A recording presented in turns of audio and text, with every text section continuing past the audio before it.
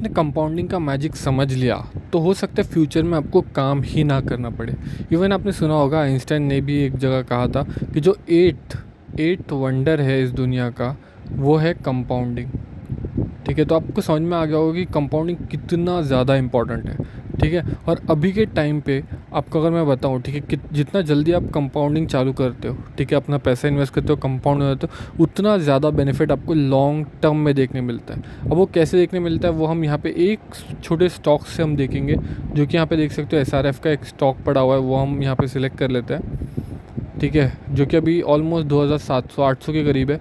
But वही stock यहाँ पे देखो 2003 के आसपास अगर आप देखोगे तो ये करीब करीब देखो 10 रुपये के आसपास था। ठीक है, और ये ऑलमोस्ट 2 से 3 साल के लिए करीब करीब 10 रुपये के आसपास ट्रेड कर रहा था।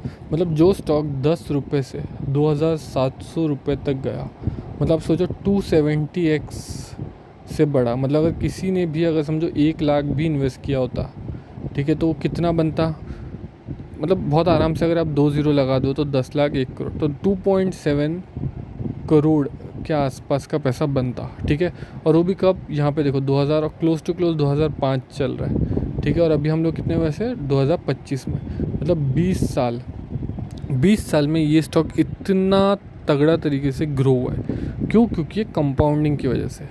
ठीक है, तो कंपाउंडिंग जैसे मैंने आपको बताया कि जो कंपाउंडिंग जिसने समझ लिया उसका तो डबल बेनिफिट है। बट इसमें एक और चीज़ आ जाती है कि कंपाउंडिंग जो हो रहा है, ठीक है, उससे हम कैसे प्रेडिक्ट करें कि फ्यूचर में हमारा कितना % रिटर्न होगा। या फिर बहुत लोग ये पूछते हैं कि अच्छा मेरा पैसा डबल कितने टाइम में होगा। तो उसके लिए सबसे इंपॉर्टेंट जो रूल है वो आपका है 72 रूल ऑफ कंपाउंडिंग। अब ये होता क्या है, तो बेसिकली समझो आपको जितना भी % का रिटर्न मिल रहा है, ठीक है, तो 72 को आपको उससे डिवाइड कर देना, तो आपको पता चल जाएगा कितने सालों बाद आपका पैसा डबल होगा। तो जैसे समझो अगर किसी भी इससे आपको 18% का रिटर्न मिल रहा है, तो अगर आप यहाँ पे देखोगे तो ये करीब करीब 4 से आता है। 18 × 4 अगर आप करोगे 8, 16, 24, 32, और तो आप 4 करोगे तो आपको पता लगेगा 72 आता है। ठीक है, तो मतलब 4 साल में आपका पैसा डबल होता है। इसका लॉजिक क्या समझो, आप किसी ने 10 लाख रुपए डाले तो 18% से अगर किसी में भी वो लोग ग्रो हो रहे हैं तो 4 साल बाद वो हो जाएंगे 20 लाख।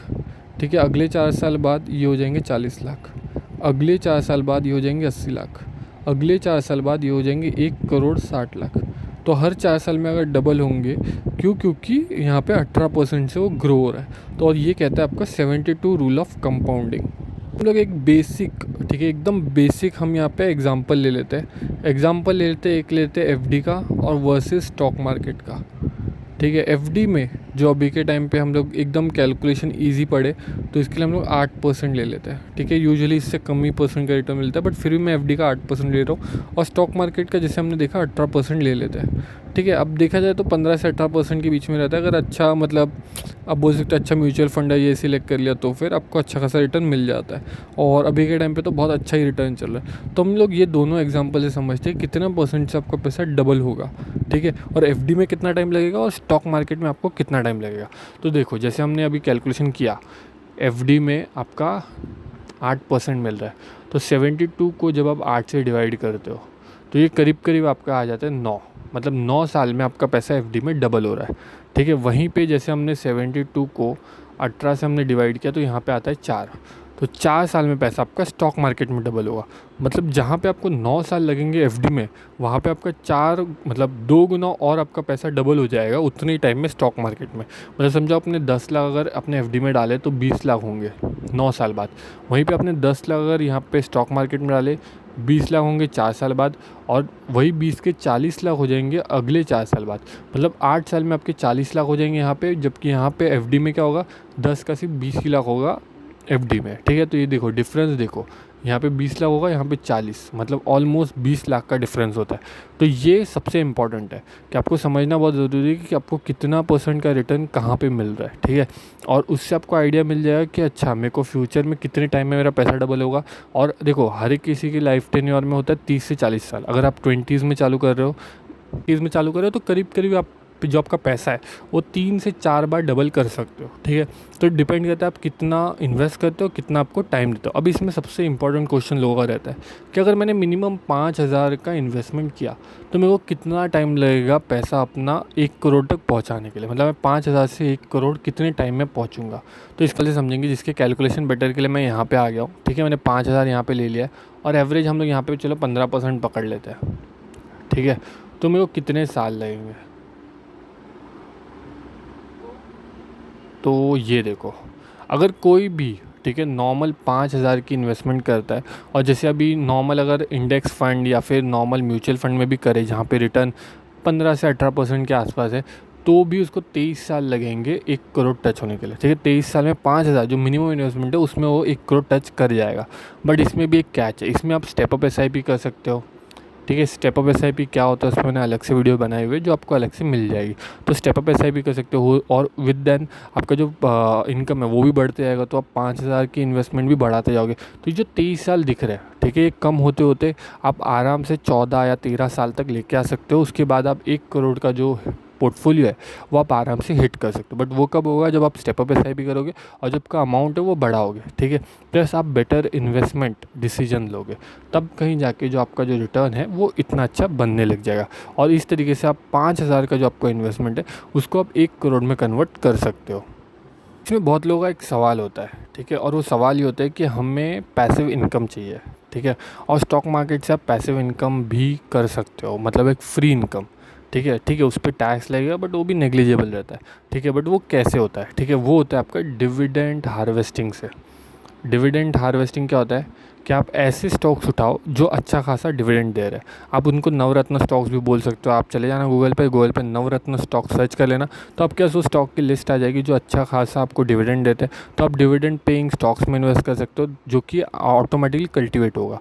और इसमें आप क्या कर सकते हो, उसमें आपको रिटर्न भी मिल रहा है, जो डिविडेंड मिल रहा है वही डिविडेंड को आप री इन्वेस्ट कर दो, ठीक है। जिससे क्या होगा, आपके स्टॉक ज़्यादा परिचय होंगे, अगले साल जब वो वापस डिविडेंड देगा तो आपको और डिविडेंड मिलेगा, प्लस वो स्टॉक की अमाउंट भी ऊपर गई होगी, तो आपको डबल बेनिफिट होगा, ठीक है। तो इसको कहते हैं डिविडेंड हार्वेस्टिंग, जिसमें आपको जो डिविडेंड आता है उसी को आप री इन्वेस्ट कर दो। री इन्वेस्ट करने से क्या होता है, आपको नेक्स्ट ईयर और ज़्यादा डिविडेंड मिल रहा है, क्योंकि आपकी जो यूनिट्स होती है उसकी और ज़्यादा बढ़ जाती है, ठीक है। अभी इसमें क्या कहते हैं, बहुत लोग है ना एक गलती कर देते हैं कंपाउंडिंग में, और ये गलती क्या होती है, यही सबसे बड़ी गलती होती है और वो बहुत बड़ी गलती है, ठीक है। वो है कि वो कंपाउंडिंग को, जैसे हमने देखा अभी, ठीक है, कंपाउंडिंग कैसे काम करता है लॉन्ग टर्म में, ठीक है। जितना रिटर्न आपने 13 साल में बनाया है वही रिटर्न आपको अगले 4 साल में मिल सकता है।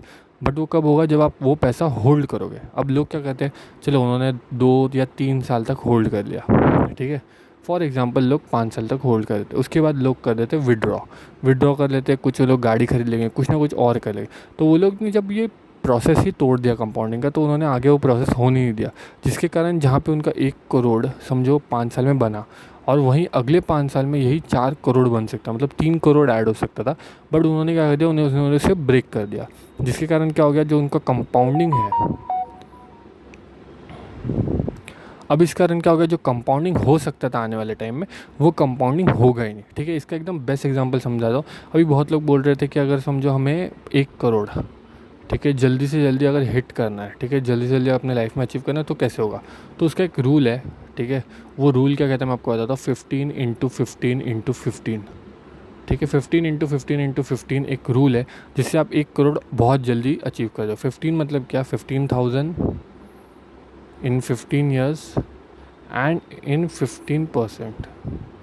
तो देखो 15,000 15 साल और 15% से अगर ग्रो होता है तो करीब करीब आपका हो जाता है आपका 1 करोड़, ठीक है। यहाँ पे मैंने 16 कर दिया, बट आप 15 से करोगे तो भी आपको वहाँ पे 1 करोड़ के आसपास, मतलब 93 लाख के आसपास आता है। बट ये मैंने थोड़ा बेटर कैलकुलेशन दिखेगा तो उसके लिए मैंने यहाँ पे 16 कर दिया। यहाँ पे आपको देखो, पहले अगर आप देखोगे पहले 7 से 8 साल में तो कुछ हुआ ही नहीं है, मतलब आप देखोगे हार्डली 30 लाख तक पहुंचा है, ठीक है, पहले 9 साल में। बट उसके बाद के जो 6 साल में, उसके बाद ही वो करीब करीब 1 करोड़ टच हुआ है, ठीक है। तो 30 लाख भी नहीं पहुंचा था, बट उसके बाद 70 लाख उसने ऐड कर लिया, ठीक है। तो ये सबसे इम्पोर्टेंट होता है कंपाउंडिंग, और ये रूल जो मैंने आपको बताया उसे कहते हैं 15, ठीक है, इसको कहते हैं 15 × 15 × 15, मतलब 15,000 × 15 साल × 15% से जब वो ग्रो होता है तो आप करीब करीब 1 करोड़ हिट कर जाते हो। अब जो लोग सबसे ज़्यादा कहते हैं कि उनको फाइनेंशियली फ्री होना है, ठीक है, फाइनेंशियल फ्रीडम चाहिए, तो वो कैसे होगा? वो आपको इसी तरीके से होने वाला है, कंपाउंडिंग के थ्रू। जैसे मैंने आपको अभी स्टार्टिंग में ये दिखाया था, एक स्टॉक जो 10-20 या चलो 100 रुपये भी आपने ले लिया और वो 1000, 2000, 8000, 10,000 भी हो गया, तो भी आपका डबल बेनिफिट है, ठीक है। और आने वाले टाइम में तो ऐसे और स्टॉक्स आने वाले हैं जिसमें आपको और ज़्यादा बेनिफिट देखने मिलेगा, ठीक है। तो अगर आपको फाइनेंशियली इंडिपेंडेंट होना है तो आपको ऐसे ही स्टॉक पढ़ने जो आने वाले टाइम में एक्सट्रीम अच्छा ग्रोथ दे, ठीक है, उसके साथ वो कंपाउंडिंग हो, उसके साथ आपको डिविडेंड भी अच्छा मिले और